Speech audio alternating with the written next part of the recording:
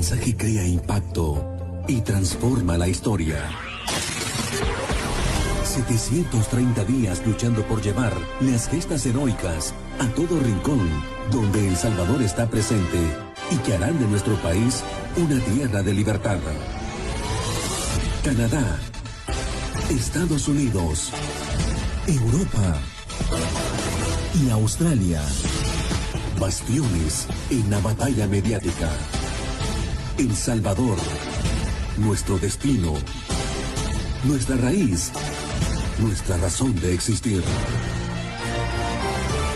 Frente Intercontinental, 2 años siendo la voz del FMLN en la comunidad de salvadoreños en el exterior.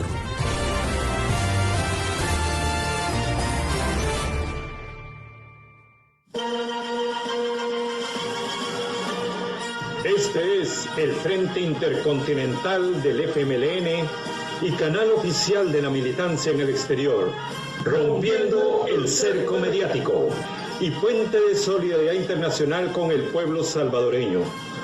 Enviamos un fraternal saludo a toda la militancia del FMLN en el exterior, así como al interior de nuestro querido país, a todos los colectivos del Frente Intercontinental del FMLN en El Salvador, Canadá, los Estados Unidos, Europa y Australia.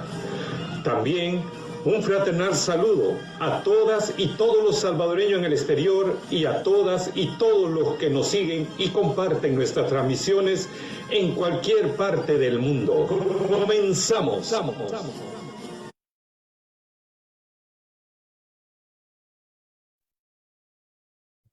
Bienvenidas y bienvenidos a una nueva transmisión del Frente Intercontinental del FMLN, el canal oficial de la militancia en el exterior. Este 29 de julio transmitimos como colectivo digital del oeste de Estados Unidos nuestro programa Hablando con la Militancia. Mi nombre es Francisco del colectivo digital del oeste de Canadá, del Frente Intercontinental del FMLN. Me acompaña el compañero Cheno Cruz del colectivo digital de California y le vamos a pedir que se presente. Adelante, Cheno. ¿Qué tal, Francisco? Gracias, Francisco Canjura. Gracias por estarnos apoyando nuevamente en lo técnico. Gracias. Y gracias a todos ustedes que nos sintonizan en Hablando con la Militancia. Hoy sábado tenemos a la compañera diputada por San Salvador, a Anabel Belloso, a tocar unos temas de coyuntura. Por favor, compañera, si gusta, un saludo a la militancia, amigos, afiliados. Bienvenida. Claro que sí. Muchas gracias, compañero Francisco, compañero Cheno. Es un placer estar nuevamente acá, poder intercambiar a través de la plataforma del Frente Intercontinental del FMLN con nuestros compañeros, no solo en el exterior, a quienes igual envío de manera fraternal un abrazo revolucionario, pero también a quienes están aquí dentro de nuestras fronteras y estamos pues ya en la mejor de las disposiciones de poder conversar en esta tarde. Gracias, compañera. No olvidar, camaradas, compañeras, compañeros, todos a compartir, a comentar. Preguntas para la compañera también. En el transcurso de la coyuntura vamos a tocar lo que es el problema económico, ¿no? Que cada día se acrecenta para nuestra población salvadoreña. Pero antes, en la primera parte, vamos a que la compañera nos ponga al día de esas reformas, ¿no? El trabajo legislativo que existe. Pero también aprovechando la situación climatológica en nuestro país ha sido algo fuerte, ha pegado duro. Por favor, compañera, sus micrófonos son suyos. Gracias, compañero. Bueno, yo creo que aquí es importante señalar que dentro de todos los retrocesos que vive el país, vea que sabemos que son múltiples, hay uno que es evidente y lo ha sido desde el primer año de este gobierno, donde el tema de la protección civil, desde el enfoque comunitario, desde el enfoque de un verdadero sistema articulado a todo nivel que garantice que enfrentar las catástrofes naturales, el tema del clima y con bueno, digamos un clima que ya vive los efectos del cambio climático, valga la redundancia, donde sabemos pues que ya la mano del hombre en la destrucción y depredación por el mismo sistema económico, en el que estamos inmersos como sociedades, tenemos impactos grandes. Y había habido, al menos durante los 10 años del gobierno del FMLN, un esfuerzo bien titánico de la mano con los gobiernos municipales de ir construyendo toda una cadena, digamos, de protección civil, donde la prevención, la mitigación eran una prioridad para evitar que los efectos del cambio climático a través de esas grandes tormentas que vivimos de repente o que al contrario, así como está pronosticado para este año y ya lo hemos estado experimentando, la sequía impacten en nuestro país, y porque hay que saber, y hay que aquí mencionar nuevamente, sabemos que al final a quienes más impacta y afecta son a la población más vulnerable. Y empezamos con este tema justamente, y gracias por mencionarlo, compañero Cheno, porque el día de ayer, por ejemplo, se da una tormenta muy fuerte acá en el país, en diferentes partes del país, y específicamente con efectos y desastres en algunas zonas de San Salvador municipio, y específicamente por el lado de la iglesia Don Rúa, por el lado de la calle de la 29, ¿verdad? En esa zona dicen, y hay videos ahí que documentan que hubo una especie de huracancito ahí bien focalizado, porque aunque en otras zonas la tormenta fue muy fuerte, hubo inundaciones de calles, ahí hubo desastres en negocios, en una gasolinera, por ejemplo, que le quebró los vitrales de la zona de la tienda de la gasolinera, la misma máquina dispensadora de la gasolina, unas se habían caído, los rótulos, en fin. Esto sumado, digamos que es como lo más visible porque es lo que más circuló en redes, pero también tuvimos conocimiento de casos de comunidades en el municipio de San Salvador, donde vive pues gente con condiciones bien vulnerables, donde sus casitas, los techos se habían volado o se habían caído, y en fin, una situación bien compleja que en otros momentos, teniendo en cuenta la realidad de nuestro territorio, que es un territorio altamente vulnerable y que sabemos que la gente, dada la necesidad, va y hace asentamientos en lugares en muchas ocasiones de riesgo, pero eso no es porque la gente lo quiera hacer, porque sí, sino que es la misma necesidad. Y el tema es que las autoridades han desmontado todo ese sistema. Un verdadero plan para enfrentar el invierno o lo que ahora vamos a enfrentar con el fenómeno del niño en la sequía no existe. Entonces, las consecuencias al final, o como decimos en buen salvadoreño, los platos al final los termina pagando la gente más vulnerable, la gente más pobre. Y es lo que hemos estado viendo en estos últimos años. Y yo creo que la población, que ahora con las redes sociales obviamente la información está en tiempo real, ha evidenciado todos esos retrocesos, porque ahora bueno, calles inundadas, incluso antes que fueran los dichosos juegos acá, ¿verdad? Que sabemos que se reflejó como también la falta de mitigación, de prevención, llevó a daños en las infraestructuras que recién se estaban construyendo o que todavía estaban en proceso de construcción. Entonces hay una serie de situaciones que yo creo que tenemos al final lastimosamente consecuencias que son afectaciones fuertes para la vida de la gente, y no vemos que eso vaya a cambiar. Miren, yo creo que con mucha preocupación lo hemos dicho desde el inicio de este año, donde se advertían cosas como la fuerte crisis alimentaria, el tema de la sequía que va encaminado a eso, y no vemos un plan de atención a esa situación. Al contrario, lo que hemos visto de manera sistemática por parte de este gobierno es que viene retrocediendo en materia de desarrollo local o autonomía local. Y eso obviamente se ve e impacta en la gente, porque no es lo mismo que la gente pueda acudir rápidamente a una instancia municipal que le dé respuesta a su demanda o procure enfrentar de mejor forma un problema, que tenga que ir a una institución o a una instancia a nivel nacional. Entonces, ellos desde el inicio han hecho desmantelaron totalmente ese sistema. No hay un sistema nacional de protección civil que pueda tener la capacidad de anticiparse y de responder ante estos sucesos que se llaman o les denominamos a veces de mala forma fenómenos naturales, pero el que al final ya sabemos que es la naturaleza, es nuestra tierra, es nuestra madre tierra manifestándose ante todo el daño y la depredación que la mano del hombre le ha hecho pues a lo largo de los años, y por lo tanto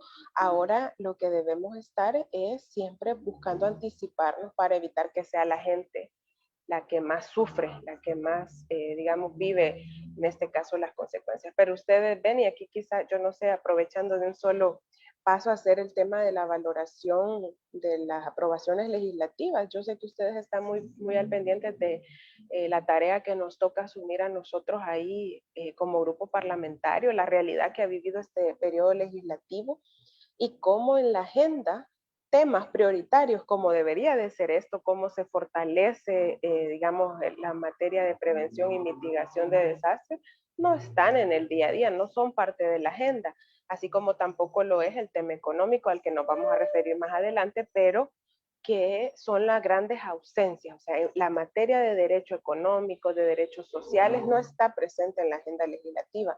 Al contrario, hemos visto cómo el espacio de la Asamblea y la correlación actual que existe con una mayoría del gobierno es utilizada por el gobierno para agilizar su agenda, que sabemos que es para consolidarse como el grupo de poder económico que son, porque creo que todo parte desde ahí, de saber qué gobierno, qué tipo de gobierno existe actualmente en El Salvador, y es una expresión de un poder económico que está en disputa, haciendo un uso abusivo de los espacios que tiene de poder en las instituciones y además de los recursos públicos. Y la Asamblea Legislativa ha sido utilizada así como una pasapapeles para ir a cumplir esa agenda de intereses particulares del gobierno y del grupo de poder económico que representa, dejando de lado los intereses de la gente. Pero además, instaurando con más fuerza, a través de diferentes leyes, de diferentes reformas, de disposiciones, el esquema autoritario con el cual este gobierno ha estado actuando desde el inicio. Y además también para instaurar medidas de represión, para silenciar a las diferentes voces que pueden señalar los abusos que este gobierno comete. Y estoy haciendo todo este contexto, ya les voy a comentar específicamente por qué, por una de las aprobaciones que hubo esta semana que definitivamente son preocupantes. Condenamos nosotros que se den ese tipo de cosas, así como lo hemos señalado en el marco del régimen de excepción, por los riesgos que representa en torno a la vulneración de los derechos de las personas, y donde hay víctimas inocentes, que ustedes saben que son miles, que aunque no deben nada a la justicia, que no han cometido crimen, están ahí en prisión de manera injusta, sin que se les garantice un debido proceso, sin que se les garantice pronta y cumplida justicia, ¿verdad? Como debe ser. Y en esto quizás comentarles que quizás los dos temas como más fuertes de lo que pasó esta semana en la Asamblea Legislativa, y es como algo que viene a reforzar todo ese esquema de represión y control social que este gobierno ha instaurado a través de diferentes vías, y donde el régimen de excepción quizás es como lo más visible, porque ustedes me imagino que también vieron como un testimonio, por ejemplo, de un periodista comunitario que evidenció los abusos de los cuales fue víctima estando en prisión, pues se ha hecho público, ha recorrido incluso el mundo a través de diferentes medios, y esta semana le dicen, vení nuevamente a una audiencia especial, aun cuando no había justificación de ley, y era claro que el llamado era para una medida intimidatoria, para decirle cállate, ya no andes hablando, ya no andes diciendo nada. Y eso hoy viene a reforzarse con unas reformas que se hizo, o ellos hicieron, mejor dicho, nosotros votamos obviamente en contra de esto por los riesgos que representa, de la ley contra el crimen organizado, a algunos artículos específicamente, ya les comento bien de qué trata, pero también unas disposiciones transitorias en el marco de los capturados por el régimen de excepción. Y específicamente, compañeros y compañeras, se tratan de unas medidas que habilitan que se hagan procesos colectivos de juzgamiento, ¿verdad? En este caso hay que decir de que la Fiscalía y las autoridades de seguridad desde el primer momento han mostrado que son incapaces de hacer una investigación real y que las capturas que se han hecho con el régimen de excepción sean capturas basadas en investigación, donde hay al menos, digamos, indicios de que la gente haya cometido delito y que por eso se la están llevando. Eso no lo han hecho, porque aquí lo que ha habido son capturas masivas sin previa investigación. Y por eso es que vemos el caso de tanta gente inocente capturada. Y entonces ahora dicen ellos, como son incapaces de realmente hacer su trabajo, aplicar una verdadera política de seguridad ciudadana, hoy dicen que se van a hacer procesos colectivos, que se va a juzgar o hacer procesos para la gente que está detenida bajo el régimen de excepción, hasta de 900 personas, por ejemplo. Entonces es una situación que, se imaginan ustedes, si esas capturas masivas han llevado que personas inocentes estén de manera injusta en prisión, ¿qué va a pasar ahora con el tema de juicios colectivos de hasta 900 personas? Donde dicen la prueba que puede incriminar a uno, esa misma se va a aplicar para todos porque están juzgando en grupo. Hay un grave riesgo pues de que personas inocentes que están capturadas, que no tienen nada que ver con pandillas, con el crimen, vayan a pagar una pena por delitos que no han cometido. Pero esas son las cosas que este gobierno obviamente está haciendo, y como lo digo, más como medidas o herramientas de control social para amedrentar, para que la gente tenga miedo de pronunciarse, y eso la gente nos lo manifiesta. Lo manifiesta la gente, por ejemplo, desalojada injustamente del centro de San Salvador, que se ganaba la vida vendiendo en algún puesto en el centro y que la han llegado a desalojar sin darle una alternativa para que pueda llevar la comida a su casa, pero le dijeron no digas nada porque si no te llevamos con el régimen. Entonces ya sabemos que eso está siendo usado así, además como una medida de propaganda gubernamental, pero nosotros señalamos y vamos a seguir señalando que es también una herramienta donde hay víctimas inocentes que no deberían estar ahí. Además de esto, en el caso de estas disposiciones, hay unos plazos, y acá hay que decir que la gente, incluso aún cuando ya digamos, ha pasado tiempo en prisión, hay unos que lo llevan en prisión desde el primer momento del régimen de excepción, sin que sus familias, incluso en algunos casos, sepan dónde está esta gente presa, van a poder pasar hasta 2 años más, porque la Fiscalía ha dicho que necesita al menos 2 años para armar los casos de grupo.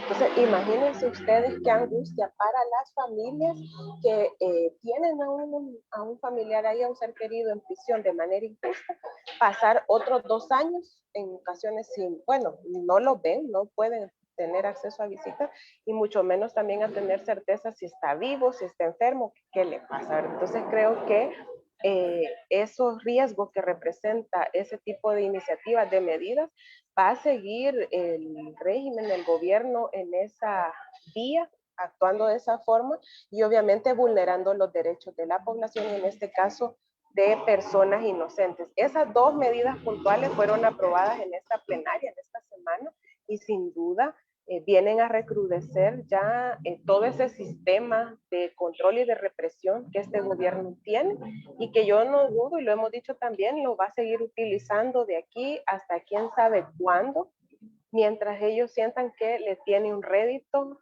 y desde la perspectiva mezquina para ellos, porque lo miran únicamente desde una perspectiva electorera.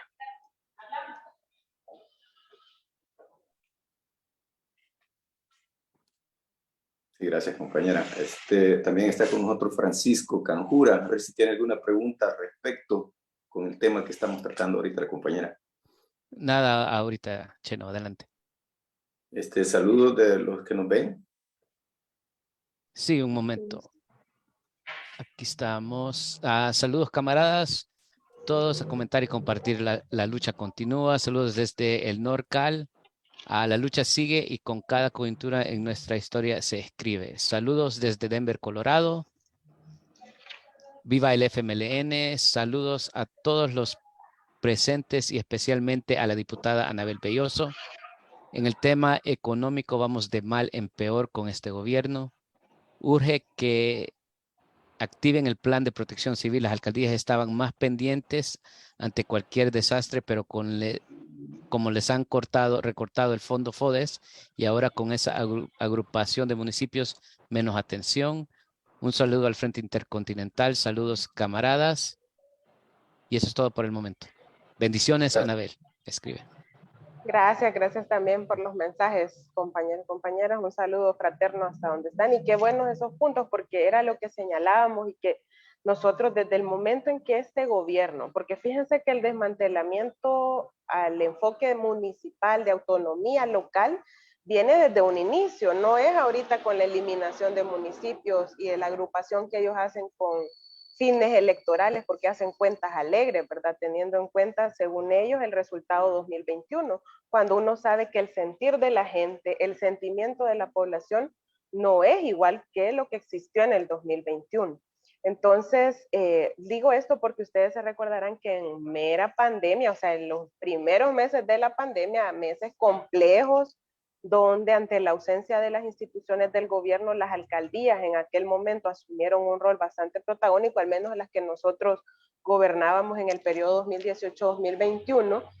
Este gobierno de manera inhumana le quitó y no le trasladaba el FODE, ¿se acuerdan? ¿Verdad? O sea, también lo hacía en aquel año, porque fue 2020, recordarán que fue un año preelectoral, lo hacía con miras de hacer quedar mal al alcalde en aquel momento, porque obviamente Nuevas Ideas no tenía en ese momento alcaldía gobernada. Pero a pesar de eso, los funcionarios, nuestros compañeros y compañeras, sacaron la tarea adelante. La sacaron y a pesar del bloqueo de dinero, el bloqueo económico que hubo por parte del gobierno. Después de eso, en el 2021, ya cuando se instala esta nueva Asamblea Legislativa, sí viene a través de la ley el recorte. ¿Se acuerdan que bajó del 10% al 1.5%, que es prácticamente nada? O sea, fue la eliminación casi del FODES para los municipios. Y luego también la creación de la DOM.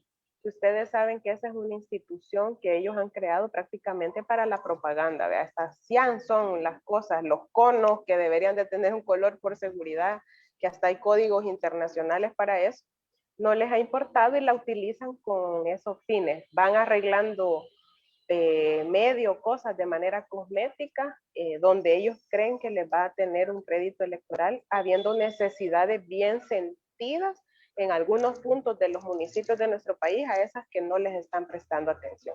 Entonces, ese esquema de retroceso es grave, porque ustedes ven que al final quien se ve afectado, ellos creen, porque lo ven desde ese enfoque, que nos afectan a nosotros porque podemos ser los que estamos gobernando en X o Y municipio, pero al final la gente es la que está viendo ya las consecuencias y eso ya lo vive el pueblo con la reducción del FODES, casi eliminación, y con la concentración de la obra municipal en una institución que ha sido incapaz de llegar a todos lados. Entonces, ahora es más grave lo que va a venir después de mayo del 2024, porque obviamente esa centralización tanto de las decisiones, de la definición de políticas, programas para la gente en los municipios, va a estar más concentrada. Y además también el tema de los recursos. Y hay un montón de cosas que ahí se pueden señalar, que eso quizás también nos daría para otro programa, en el ámbito municipal, porque miren, ahí hay cosas de injusticia donde no es cierto que no vayan a cambiar las tasas o los impuestos municipales. La ley en ningún lado dice que prohíbe que eso cambie. Y obviamente, cuando han hecho esa agrupación de municipios, por ejemplo, en el caso de nosotros, que hoy ya en el caso del compañero Cheno, compartimos municipios, San Salvador Centro, de manera originaria, vea que de allá de Cuscatancingo, y en mi caso de mexicanos, hoy son 5 municipios que ahí se agrupan, donde está San Salvador, la capital. Las tasas de San Salvador, los impuestos no son los mismos que mexicanos o Cuscatancingo. ¿Cuál va a pagar la gente? Si la ley es clara donde dice que, por ejemplo, son tasas municipales. Y ahora el municipio, según las locuras de ellos, lo que han hecho es el agrupamiento de estos otros municipios. O sea, miren, ahí hay una serie de inseguridad e incertidumbre jurídica que al final lo que va a generar es más afectaciones a la gente que ya de por sí se le está viendo de a palitos, donde las instituciones del gobierno no le están respondiendo según esas necesidades, empezando por las alcaldías, que son mayoritariamente gobernadas en este periodo por Nuevas Ideas, y donde ellos sabían y saben perfectamente que la población a la hora de calificarles el examen el otro año en las elecciones 2024 no les iba a poner la misma nota que en el 2021, porque la gente ya vio que son incapaces de administrar, de llevar programas en beneficio de ellos, de la población. Y por eso hacen estos cambios tramposos, a costa de los intereses de las grandes mayorías. Así que la verdad que dentro de todo ese esquema de retroceso en el ámbito municipal, pues obviamente el esquema de protección civil también hoy por hoy está desmantelado. Y así es. El día a día se queda en descubierta la incapacidad de este gobierno actual, compañera. Y ayer, anoche, tarde, en El Salvador se dio ese problema climatológico y se descubre, ¿no? Queda al descubierto la incapacidad. Sí. Y fíjense, Vamos, solo una cosita más que quiero agregar ahí, fíjense que nosotros llegamos a dejar un sistema incluso dotado de mucha tecnología en el tema de los pronósticos, ¿verdad? O sea, que eso es básico, la información es básica para que vos te puedas anticipar con acciones para evitar que luego se den las catástrofes y los desastres que vemos. Y ellos, fíjense que pasan cosas, mejor ahí un presentador de un canal de aquí que es bien conocido, pasa alertando del pronóstico. Antes se le hacía mucha, bueno, algunos recordarán, ¿verdad? Pero él ha atinado muchas veces, yo creo que en la mayoría de las ocasiones en los últimos meses, al pronóstico y a cómo debería prepararse el gobierno y las instituciones para enfrentarlo, pero no hacen ni siquiera por eso, pues porque ya les están procesando ahí la información y diciéndoles, miren, alerta, viene esta tormenta, miren, no hay acción, realmente preocupante. sí, así es, preocupante, compañera, la verdad. Y sumándole a todo ello, pues la incapacidad del gobierno en preparar y ver y mitigar esos problemas, persiste y se incrementa la situación económica de nuestra población.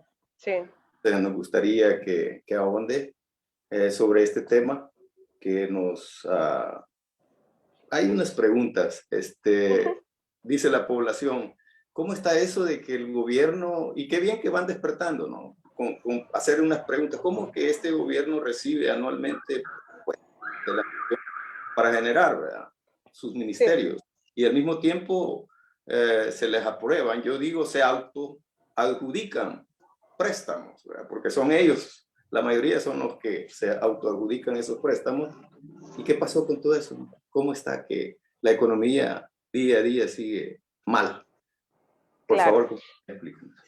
Sí, bueno, yo creo que en ese tema la población es la que desde hace, bueno, yo digo que desde el 2021, porque desde el 2021 la gente ya expresaba en los sondeos de opinión pública, por ejemplo, que la principal problemática que vive y enfrenta a las familias salvadoreñas es la economía, la crisis económica, el desempleo, esa incapacidad de llevar comida a sus casas. Y yo ya les voy a comentar más adelante datos que salieron esta semana a través del Centro de la Defensa para el Consumidor, por ejemplo. Pero específicamente a veces nosotros no logramos hacer como el clic cuando se dice el endeudamiento público, este gobierno ha tenido tanto a disposición de dinero como ningún otro gobierno lo ha tenido, pero el tema es que no vemos programas, proyectos que vayan a darle respuesta a esas demandas de la población. Al contrario, lo que este gobierno hace es dejar de pagar, por ejemplo, la pensión básica universal a más de 37,000 personas adultas mayores, no le da un bono en salud y educación que era para hogares en extrema pobreza, para el tema de que pudieran al menos sortear un poco en el caso de la educación y la salud de sus hijos e hijas. En fin, pudiéramos enlistar varios de los programas sociales que era un esquema de sistema de protección social para aquellas personas más vulnerables, que en un momento de crisis económica como la que hoy se vive, debería de ser lo primero que se activa. Toda institución que le da seguimiento a la economía recomienda que en momentos de crisis tenés que intervenir y apoyar directamente a los grupos de población más vulnerables.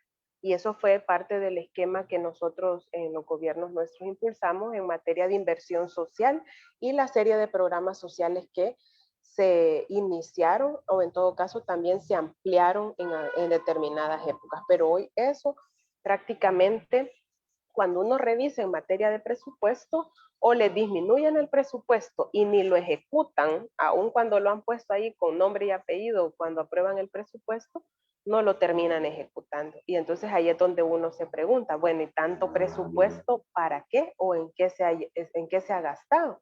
O en el tema del endeudamiento, si este gobierno ha elevado el endeudamiento público, solo el que se ve reflejado tal cual en esa cuenta que se llama deuda pública en más de 6,000 millones. Pero a eso, perdón, hay que sumarle otras cantidades donde el gobierno hace como de fiador. ¿Ya? Cuando ustedes saben que cuando alguien va a solicitar un crédito, a veces, dependiendo de las condiciones de esa persona, le dice, no, para poder darte el préstamo vos tenés que traerme a alguien de fiador. Entonces hay instituciones en el país que necesitan que el Estado, que el gobierno, y eso no implica que todos y todas nos volvemos fiadores al final de esa deuda y por eso la terminamos pagando todos y todas, para que estas instancias tengan préstamo. Por ejemplo, Bandesal, el Fondo Social para la Vivienda, que aunque son como una especie y tienen autonomía, son públicas, son nacionales y necesitan ese respaldo. Entonces, cuando uno hace esa cuenta,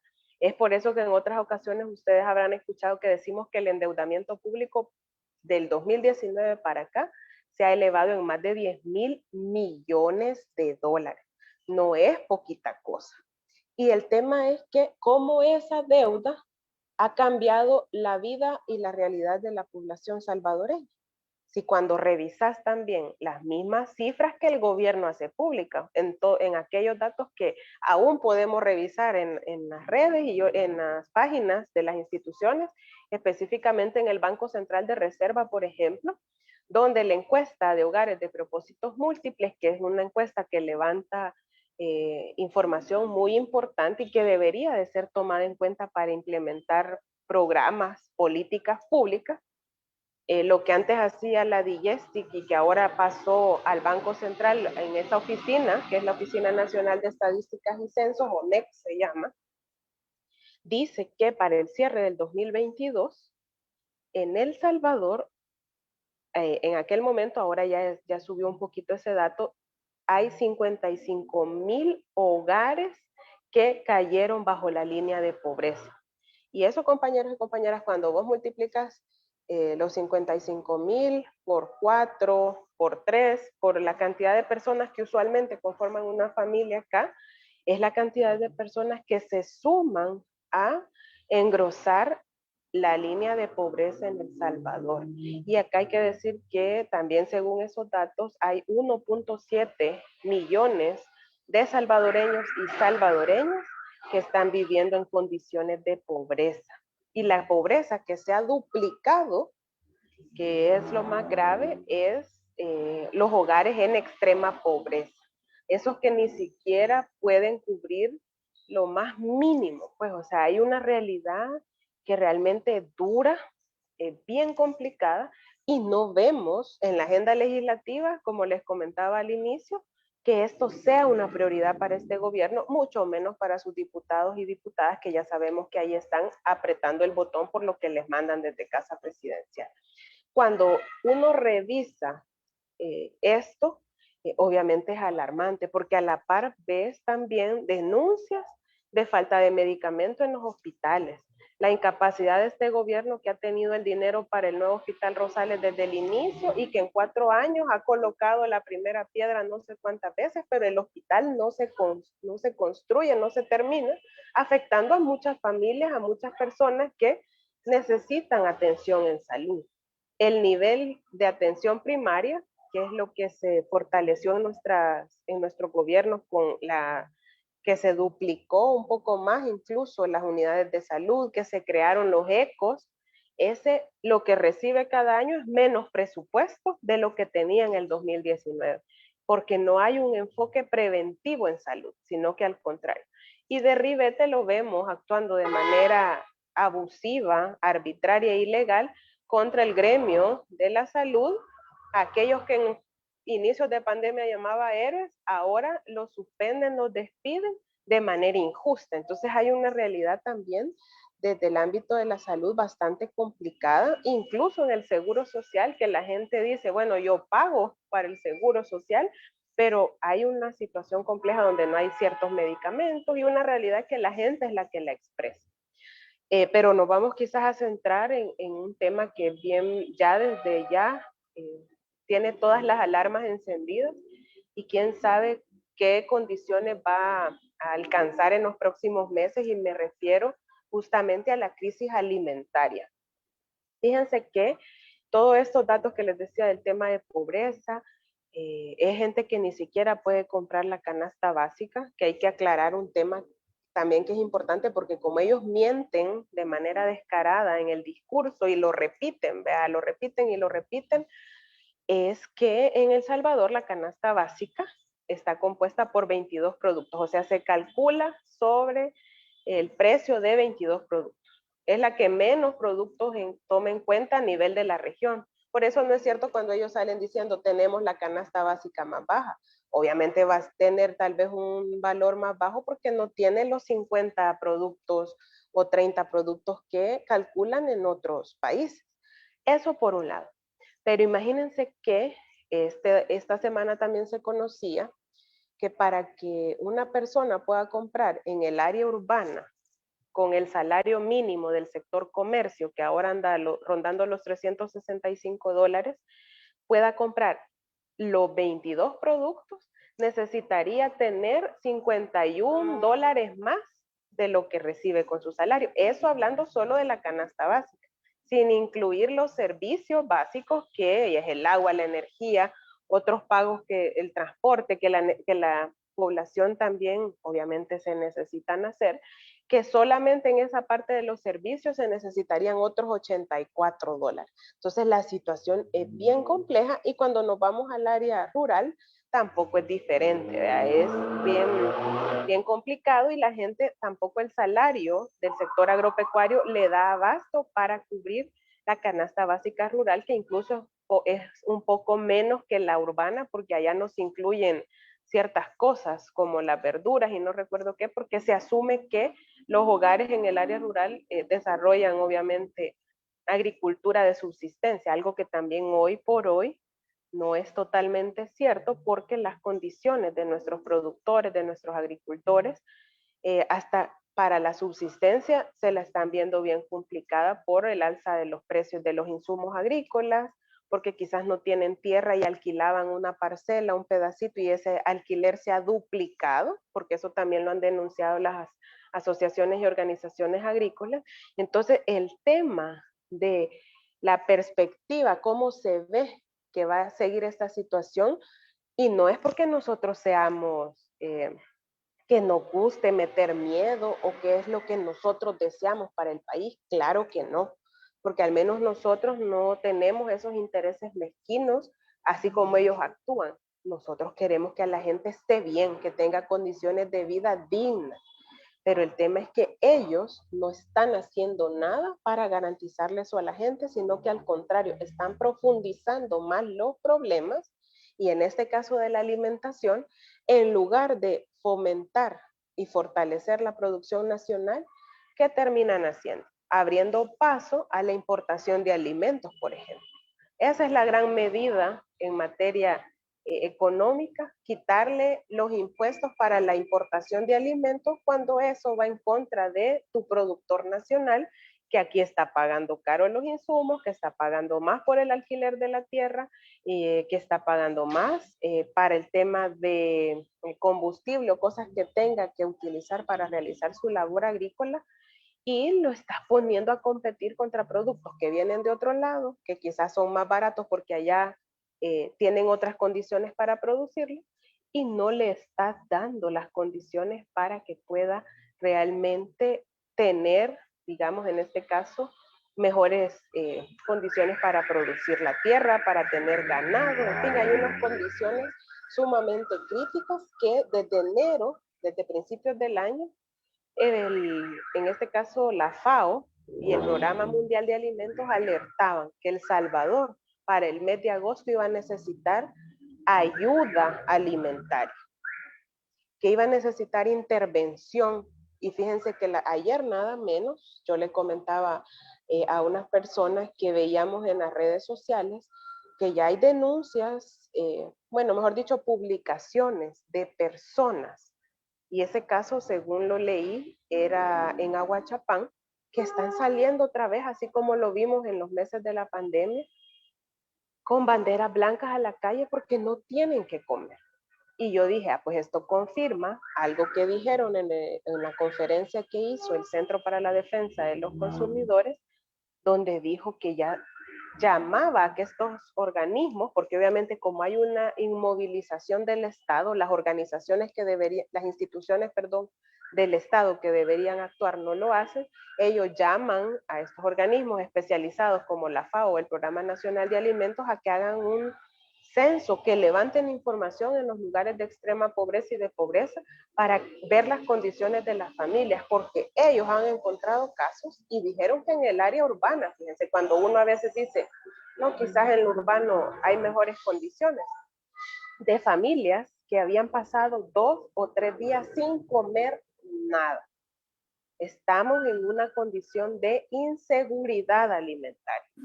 Y eso también ya lo decían los datos, que hay inseguridad alimentaria grave. ¿Qué quiere decir esto? Lo que les estoy diciendo acá, que hay gente, hay familias que comen salteado, como por decirlo en buen salvadoreño, como que comen un tiempo y de ahí ya no hay más en el día y posiblemente el siguiente día pueden comer otra cosa. Y en eso se estima que es 1 millón de salvadoreños y salvadoreñas que está en esas condiciones. Y luego inseguridad alimentaria moderada, que aunque vos comes, lo que comes no es lo suficientemente saludable para darte los nutrientes que el cuerpo necesita. Y en eso, según estas cifras que eran, yo no recuerdo si es al cierre de mayo, hay 3 millones de personas en el país. O sea, miren las condiciones en las que está la gente. Esa es la realidad, esa que no dice la publicidad ni la gran burbuja mediática que el gobierno vende y que trata de decir que estamos en el país de las maravillas, pero la gente aquí realmente se la está viendo de a palitos. Y con esto derivan después problemas de salud, de aprendizaje. Bueno, en este caso, uno de los puntos que es bueno señalar también es que ni en las escuelas les están dando la alimentación a los estudiantes. Y el dinero para eso sí está en el presupuesto. Entonces, ¿qué están haciendo con las cosas? Si los mismos ministros se contradicen, uno dice, sí hay suficientes granos básicos para atender eso. Y por otro lado dicen, no es que la producción, dice el de educación, no da y por eso no se han mandado frijoles a las escuelas. Imagínense cómo ahí hay una gran ausencia, una incapacidad de aquel que debería estarle respondiendo a la gente, que en este caso es el gobierno de turno, de al menos si la gente tiene complicado en sus hogares, que ya de por sí ahí también el gobierno debe intervenir y tomar medidas, debe ayudar a través de la alimentación escolar, pero el programa de alimentación escolar hoy por hoy no está funcionando. Y eso lo han denunciado gremios de docentes, las mismas familias, a uno le llegan denuncias de manera particular de X o Y centro escolar, dependiendo de los departamentos. O sea, es una realidad que, como les dije hace un momento, no vemos que vaya a ser diferente. ¿Y por qué digo que no se ve por dónde? Porque la producción nacional, como les comentaba, está en el abandono. ¿Qué ha pasado con el paquete? Fíjense que creo que la semana pasada fue, yo me imagino que ustedes lo vieron en las redes, se hizo público que el ministerio destruyó más de 30,000, creo, paquetes agrícolas. Ellos decían que eran del gobierno anterior, pero había fotos, había evidencia, videos, donde hay paquetes rotulados con el logo de este gobierno. Pero en todo caso, si ellos lo recibieron cuando llegaron en el 2019, lo que había quedado de remanente de otros periodos, ¿por qué no entregarlo? Sino que ahí lo dejaron perder, porque ellos dijeron que la justificación es porque ya no servían, es porque nunca han tenido como prioridad el tema agrícola, el tema agropecuario en general. Por eso vemos que en este gobierno se ha cambiado ministro de Agricultura y Ganadería, uno por cada año. No hay seguimiento, no hay verdaderas políticas, no hay una mesa permanente de diálogo con el sector. Por eso esa desconexión.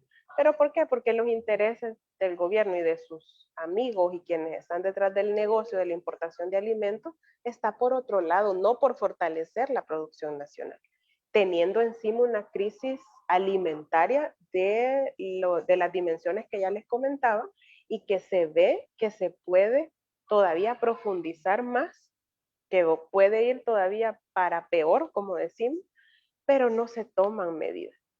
Y yo no descarto, porque ya viene un proceso electoral, y así como ellos actúan, y esto es más para la reflexión de la población y cuando nosotros hablamos con la gente, de que ahí van a andar capaz ya en mera campaña repartiendo paquetes, así como lo hicieron en el 2020-2021. Pero no porque les interese las condiciones de vida de la gente, sino que porque lo ven desde un esquema meramente electorero. Y es preocupante porque obviamente mientras todo eso, digamos, si es que lo hacen, porque a saber, pero yo no descarto que se vaya a dar en tema meramente de campaña o ya van a andar ahí repartiendo también dinero como lo hicieron, sin rendir cuentas después, las condiciones de vida de la población están cada vez más complicadas. Y ya cuando uno ve las cifras como generales, ¿verdad? Que a veces uno dice, ay, a mí eso en qué me afecta. Ya hablamos un poco del endeudamiento público, que sí tiene una relación directa. Porque miren, ¿qué pasa cuando uno está bien endeudado? Veámoslo así como en el ámbito personal, ¿vea? Tenés que dedicar lo que te llega, ya sea que tengas un salario o lo que vendes en el día a día, dependiendo de la actividad económica a la que te dediques o si tenés trabajo fijo o no, lo vas a tener que dedicar para ir saliendo de esa deuda, dejando de satisfacer otro tipo de necesidades. Lo mismo pasa en los países. Si un país está sumamente endeudado, le va a tocar dedicar una gran cantidad de lo que le ingresa para el pago de deuda, dejando de ejecutar programas y proyectos, que eso ellos, aunque no lo dicen, pero en la práctica lo han estado haciendo.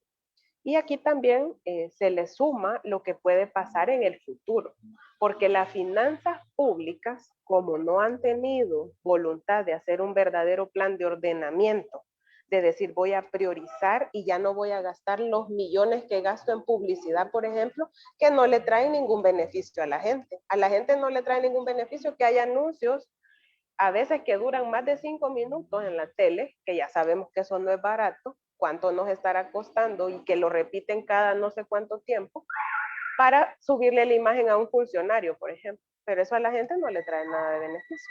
Si el gobierno tuviera voluntad, dijera, voy a hacer un verdadero plan, voy a priorizar, ya no despilfarro en esto, ya no fortalezco la militarización ni ese enfoque represivo que ha venido fortaleciendo también a través del dinero, porque lo ha estado destinando mayoritariamente a instituciones que habían venido funcionando con presupuestos suficientes para la labor que les correspondía. Entonces, hay ahí unas situaciones que en el futuro, ¿de dónde va a sacar? Esa es la gran pregunta. Miren, y cuando uno sabe que ellos han venido haciendo también desde su esquema, que no hay que llamarlo más que es un esquema neoliberal, en esa forma actúan este gobierno, dice ajustes, pero ajustes a costa de qué. Ese es el gran problema. Entonces ya después, con una correlación como la que actualmente tienen, si esto continúa así, quién sabe qué otro tipo de medidas se puedan tomar a costilla de la gente. Y hablo específicamente de subidas de impuestos, porque hoy por hoy no lo van a hacer porque obviamente no les conviene por el tema de las elecciones. Pero ¿qué va a pasar después de esas fechas? Si las finanzas públicas son como una bomba de tiempo.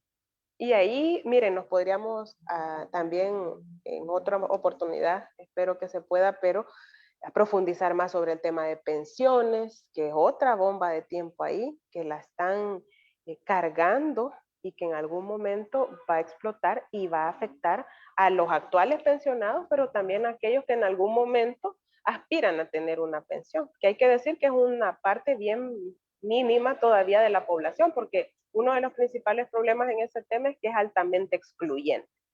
Entonces, hago también esta valoración ahorita porque definitivamente la perspectiva no es positiva. Y cuando hablaba de otros elementos macroeconómicos o de variables más allá de la microeconomía, que es la que todos sentimos porque vamos con $10 al mercado y eso ya no alcanza para lo que te alcanzaba el año pasado, ni por cerca. ¿Ve? Si esta semana los whiskyles han estado a dólar o a 2 por $3, imagínense. O sea, cuando acá el tema de verduras y eso es algo que la población forma parte de su dieta. Y entonces hablo de que, según datos de la misma empresa privada que daban en esta semana, hay 10,000 empleos menos en El Salvador. Se han perdido 10,000 empleos. Solamente era de un área. Yo no recuerdo si era, yo creo que era de los industriales los que estaban hablando eso. Además, que la inversión extranjera cerró en el 2022 con datos negativos. O sea, no es cierto, como ellos dicen en la publicidad, de que todo el mundo quiere venir aquí a invertir.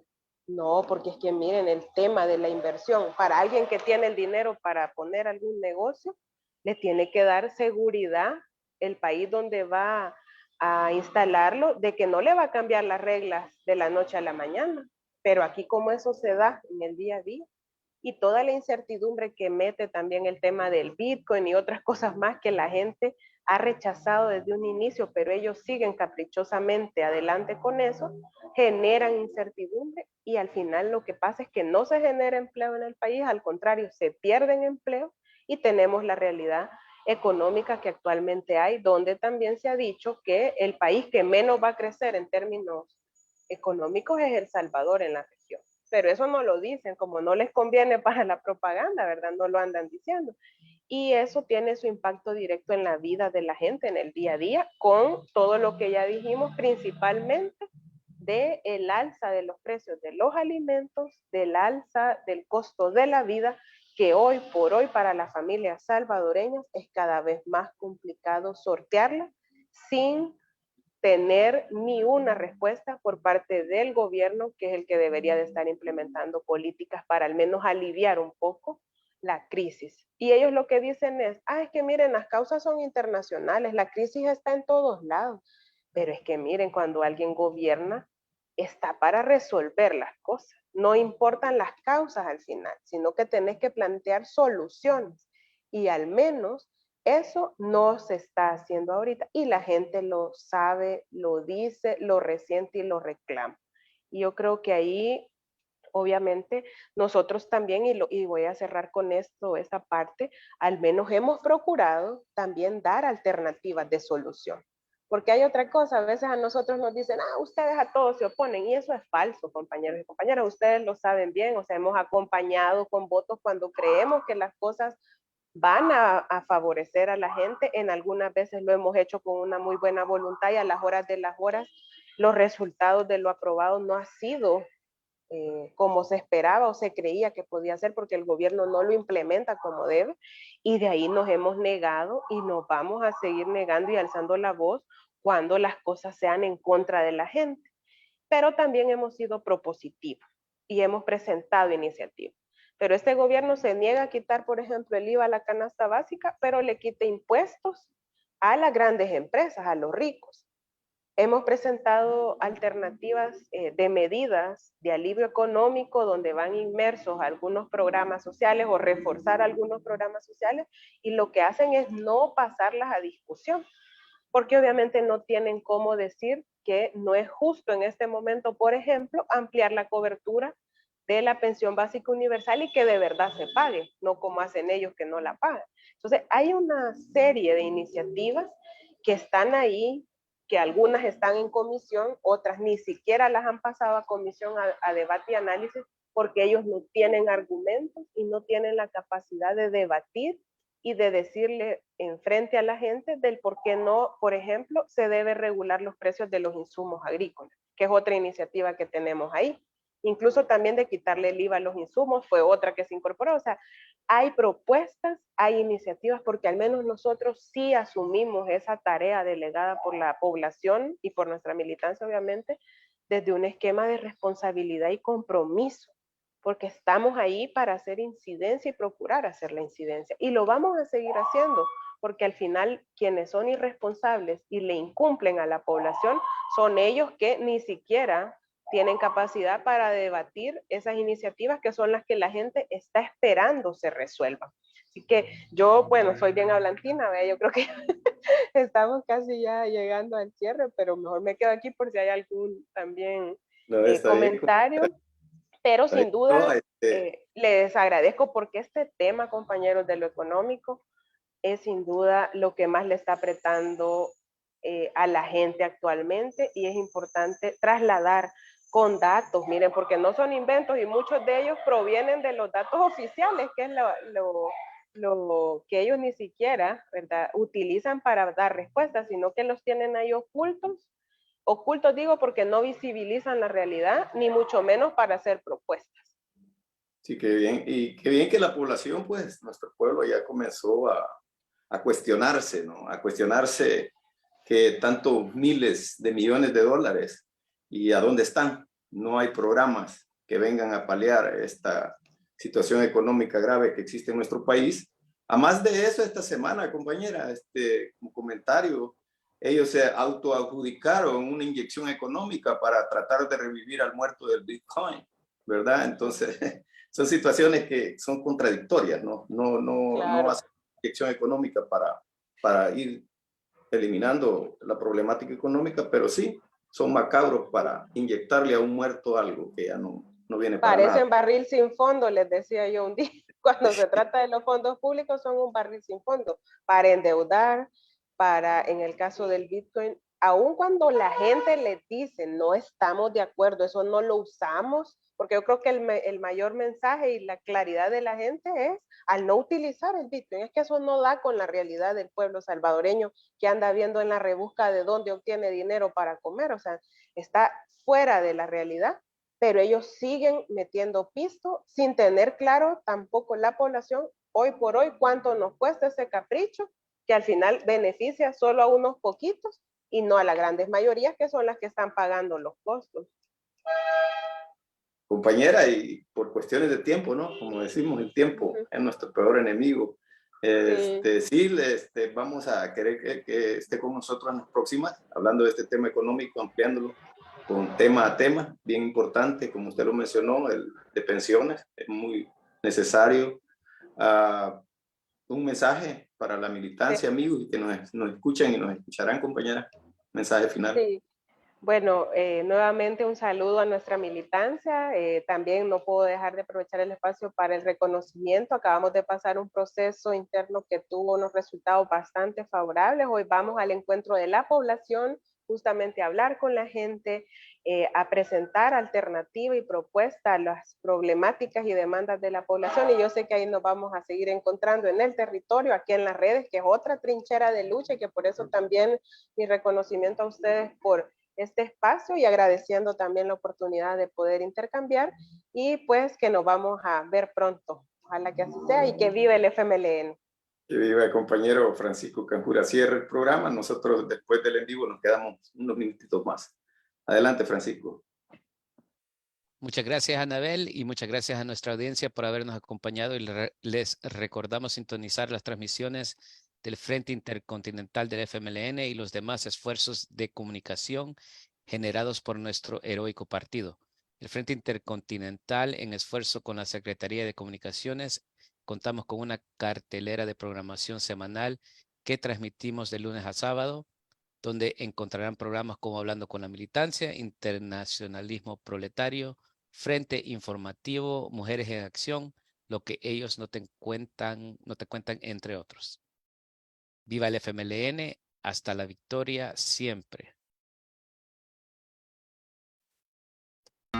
Agradecemos a nombre del Frente Intercontinental del FMLN y canal oficial de la militancia en el exterior, los que se conectaron para transmitir, y a las personas que siguieron la transmisión en vivo, compartieron y comentaron. Nos despedimos, no sin antes invitar a toda la militancia en el exterior a unirse a este nuevo esfuerzo y agradecer a la solidaridad internacional por el apoyo que nos han dado. Nos dan y nos seguirán dando en nuestras luchas por nuestra liberación, por la paz y la democracia en El Salvador. La lucha continúa. Unidos venceremos. No más persecución política en El Salvador. Libertad para las y los presos políticos. Dictaduras nunca más. Proletarios de todos los países unidos. ¡Viva el FMLN! Juntos tú y yo romperemos el cerco mediático.